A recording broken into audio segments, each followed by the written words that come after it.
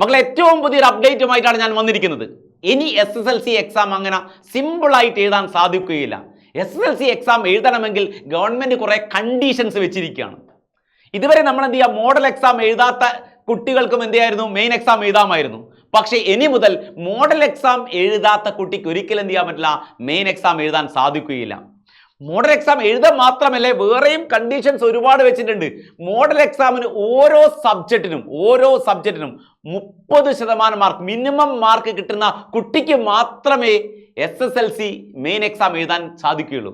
ഇനി suppose model എക്സാമിന് 30% കുറവാണെങ്കിൽ നിങ്ങൾക്ക് എന്ത് ചെയ്യണം, എക്സ്ട്രാ ക്ലാസ്സുകൾ പ്രൊവൈഡ് ചെയ്യും. എന്ത് ചെയ്യുക, സ്കൂളിലെ ടീച്ചേഴ്സ് എക്സ്ട്രാ ക്ലാസ്സുകൾ പ്രൊവൈഡ് ചെയ്യുന്നു, അതിനൊരു സപ്ലിമെൻ്ററി എക്സാം വയ്ക്കുന്നു. ആ സപ്ലിമെൻ്ററി എക്സാം പാസ്സാവണം, എന്നാൽ മാത്രമേ മോഡൽ എക്സാം എഴുതാൻ സാധിക്കുകയുള്ളൂ. ഇത് ഏറ്റവും കൂടുതൽ ശ്രദ്ധിക്കുക. ആരാണ് ശ്രദ്ധിക്കുന്നത്? 9ാം ക്ലാസ്സിൽ, ഇപ്പോൾ 9ാം ക്ലാസ്സിൽ പഠിക്കുന്ന കുട്ടിയാണ് ഇത് ശ്രദ്ധിക്കേണ്ടത്.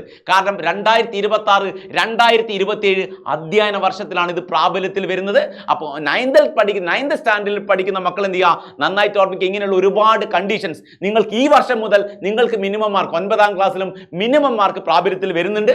അതുകൊണ്ട് നന്നായിട്ട് വെക്കേഷനൊക്കെ അടിച്ചു പൊളിക്കുകയായിരിക്കും.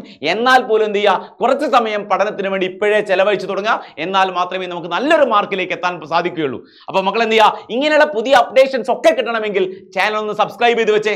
അങ്ങനെ പുതിയ അപ്ഡേഷൻസ് ഒക്കെ നിങ്ങൾക്ക് എന്ത് ചെയ്യുക, ഓൺ ടൈമിൽ പ്രൊവൈഡ് ചെയ്യാൻ ഞാൻ റെഡി ആയിട്ടിരിക്കും. ഓക്കെ, അപ്പോൾ ബൈ.